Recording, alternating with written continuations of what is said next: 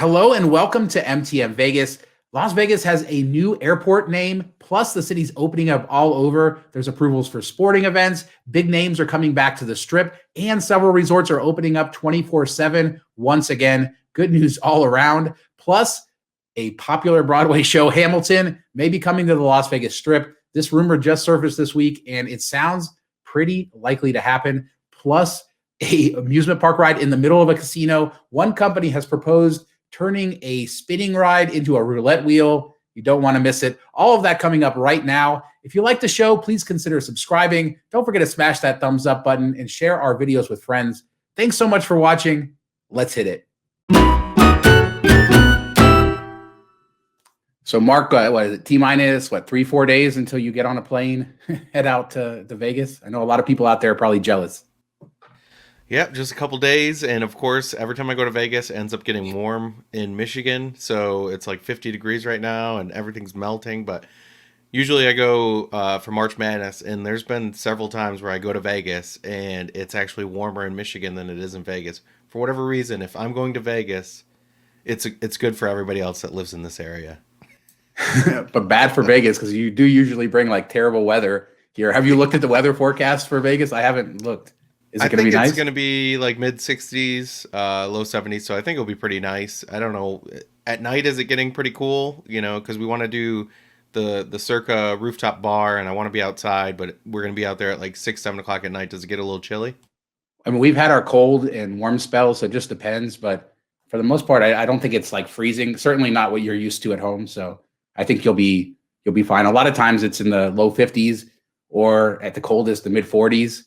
As long as it's not windy, it's not too bad. So I wouldn't worry about that. And yeah, but admittedly, I haven't looked at the weather forecast. I think that's a benefit of living in Las Vegas, is that, it's going to be sunny 340 days a year. So you don't have to worry too much about it. Yeah, I was actually looking at the Legacy Club's dress code and everything, and it's pretty strict, which is normal for a club setting, but you're used to in Vegas. You just walk into any high-end restaurants, bars, stuff like that, wearing whatever you want, and they don't really care because it's a casino atmosphere. But there, it's like no tennis shoes, no ripped pants, button-up shirt is expected type of stuff. So it was kind of interesting to see that. So they're going to make you dress up, huh? Yeah. Which I understand the other stuff. The tennis shoe thing, as long as they're not dirty, I don't see what the problem would be. But hey, they're trying to keep the class level a little high, I guess. Insert joke here, but no, I'm just kidding. Just messing with you. But yeah, I can't wait for your report next week on the show. You'll be able to tell us about how it went and what you liked, what you didn't like. Hopefully you'll take a little bit of video there, some pictures to show it off a little bit. Let's get into the show, because we have some good news. Vegas sort of becoming Vegas again. And last week we talked about a few shows coming back and the loosening of restrictions.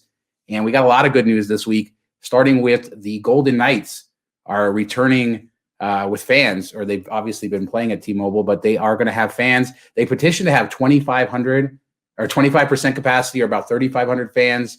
They got approval for 15% capacity, or 2,600 fans. And I think that's about to become the hottest ticket in town. Yeah, so the wealthiest people and the biggest ticket spenders, season ticket holders get to go, and that's about it. So they open it up to the people with the checkbooks, I guess.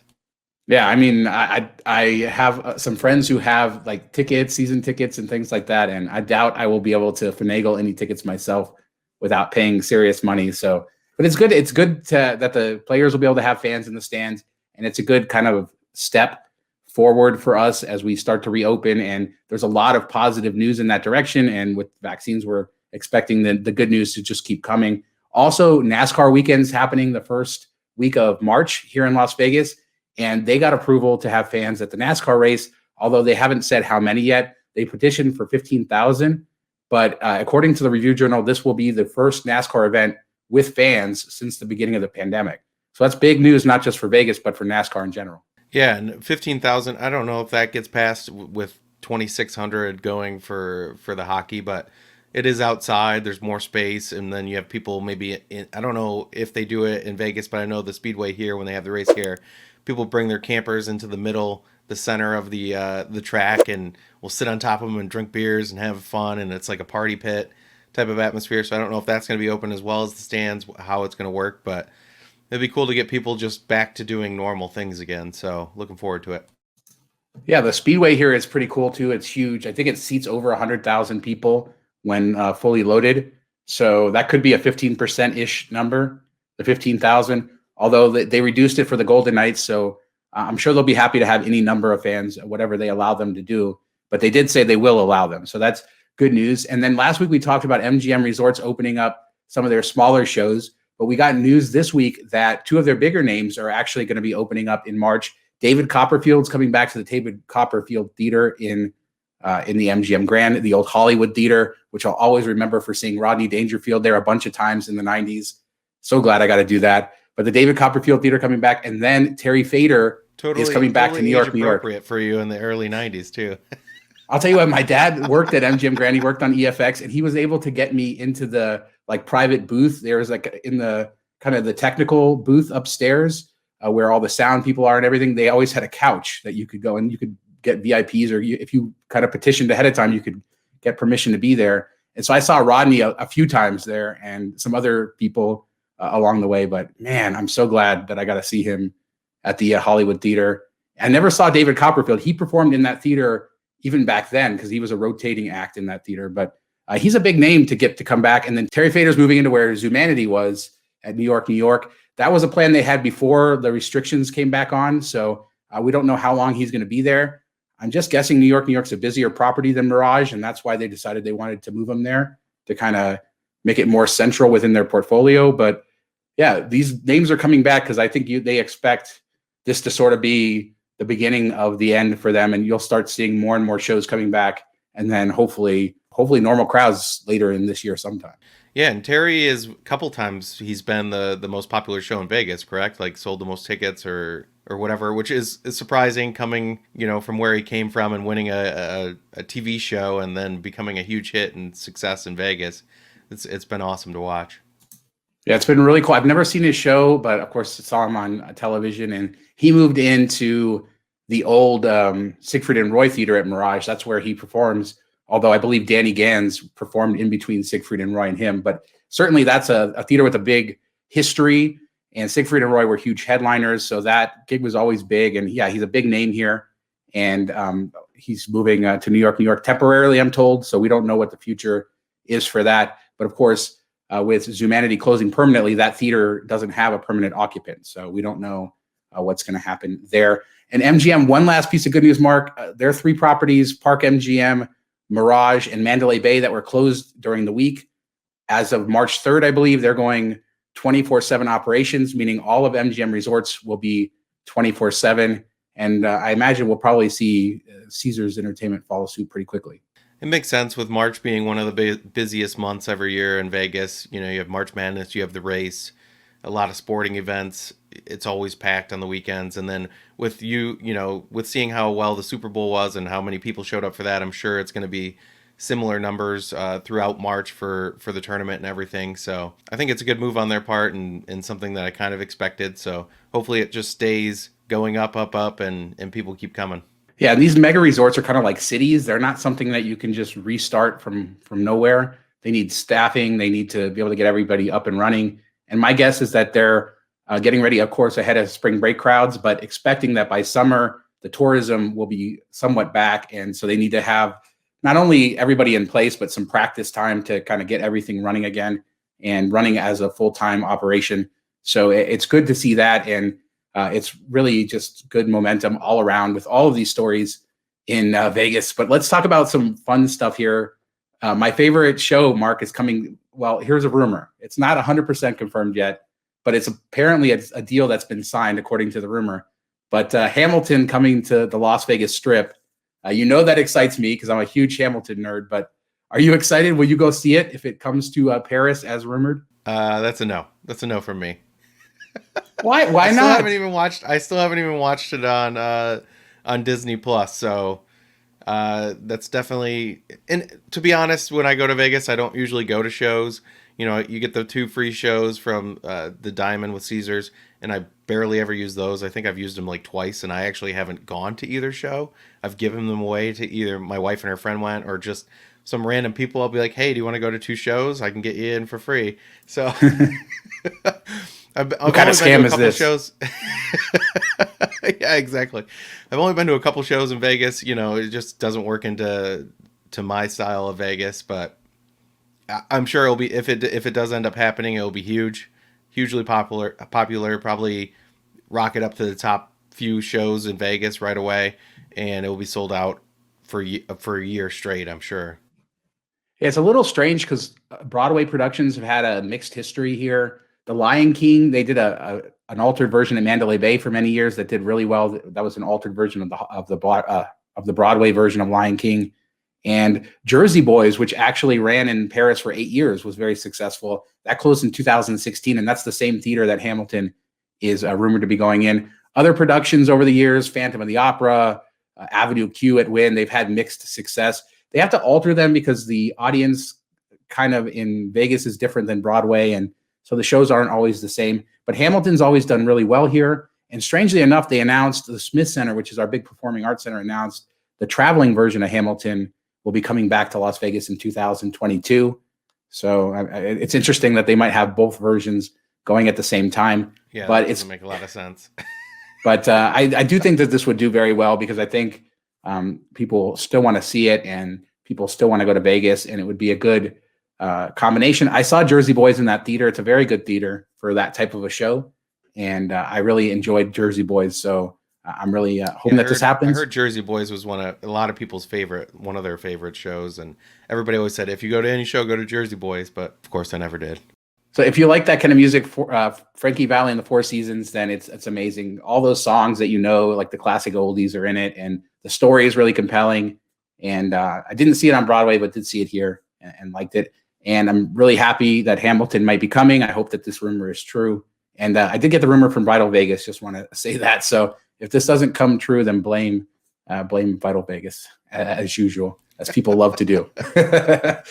Now, moving on to the next thing, because this is exciting. I know that this story was not exciting to you, but for the last 50 years at the Plaza in downtown Las Vegas, there has been a Greyhound station.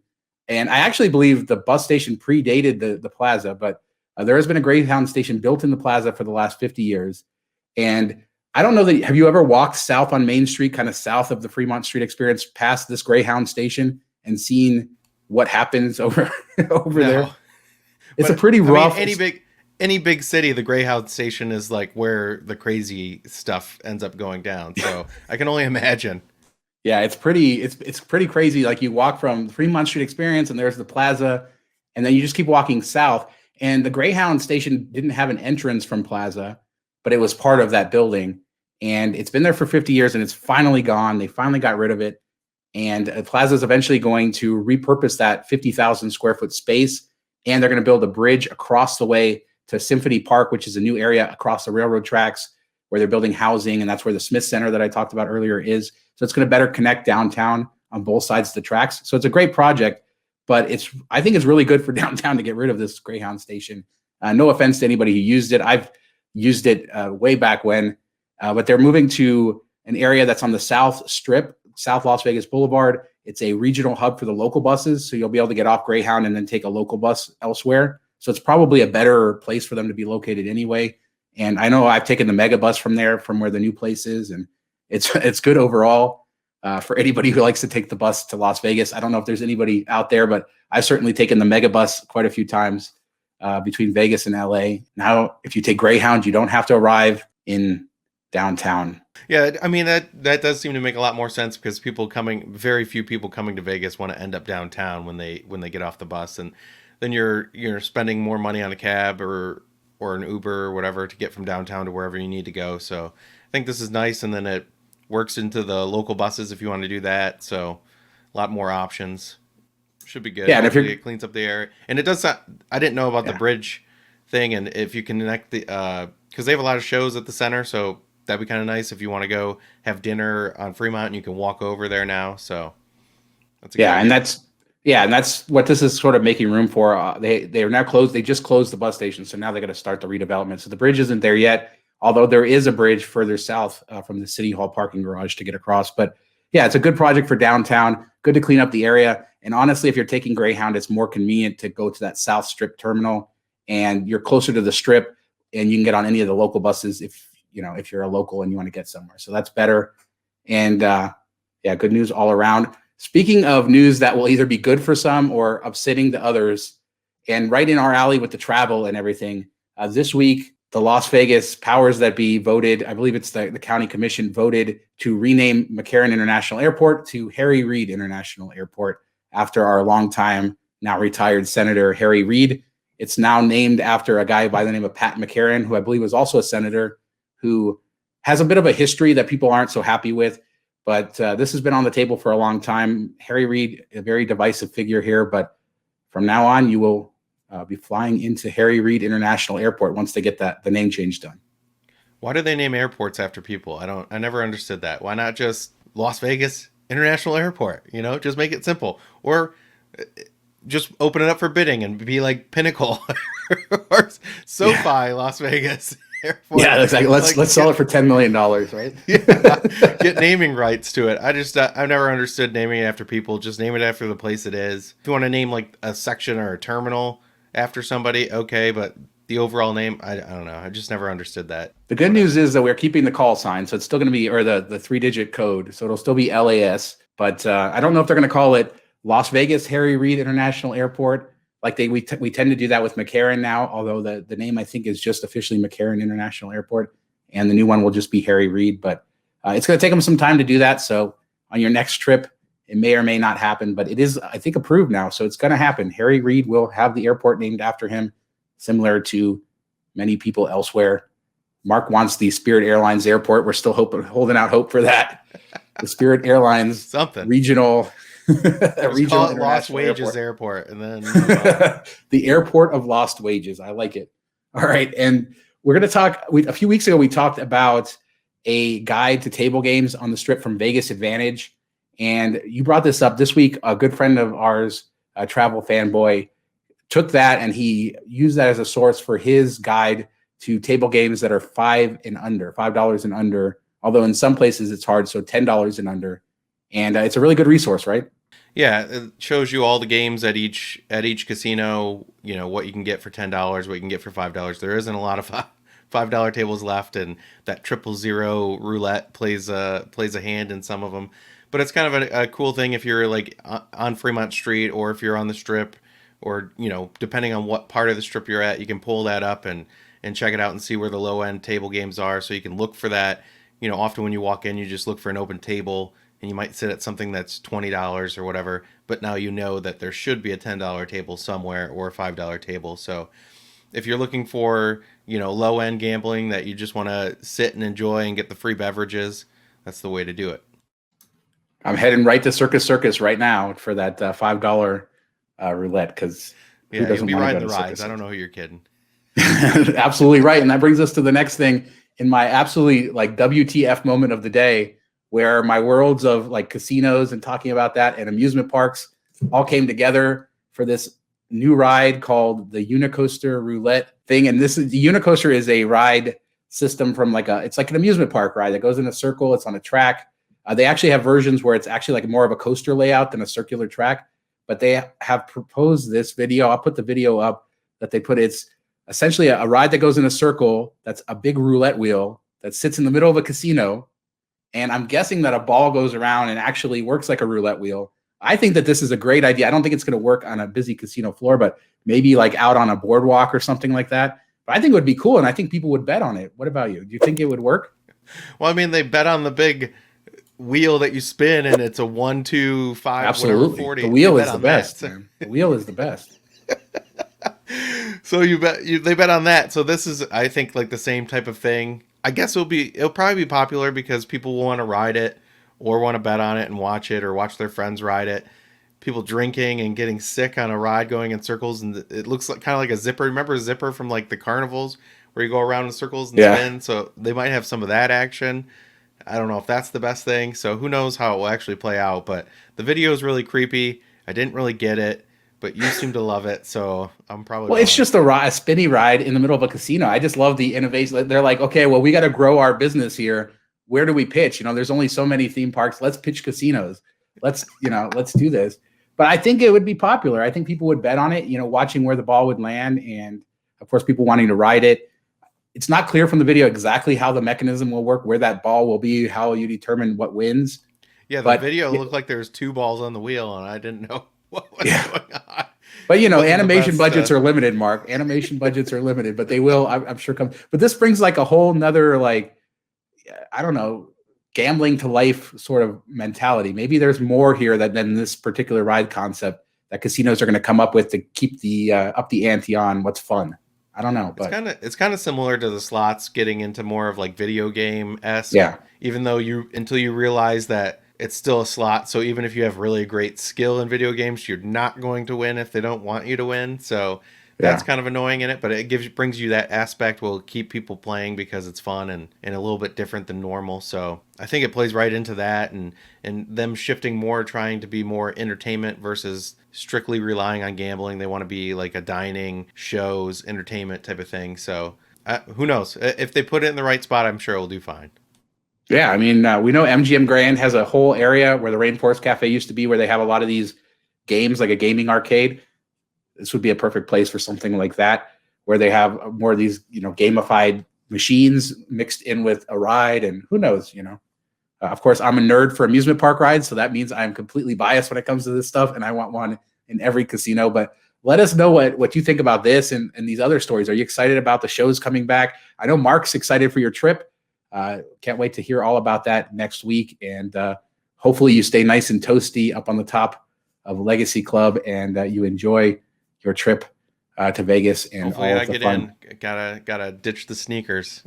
You got to ditch the sneakers, but it'll be worth it because you are a hashtag Circa fanboy, and you have to go to Legacy Club. All right, well, that's going to do it. Until I go to Virgin, and then I'll be a Virgin fanboy, I guess. There you go. Virgin looks very nice, and can't wait to try that out in a month now. That's so cool. So yeah, time's just flying by. 2021, here we are, out with the old Vegas, the old shut down Vegas, in with the new hot Vegas, and can't wait to tell you guys all about it every week. Thanks so much for watching. Don't forget to thumbs up, subscribe to the channel, share the video with friends. Talk to you next time. See you next week.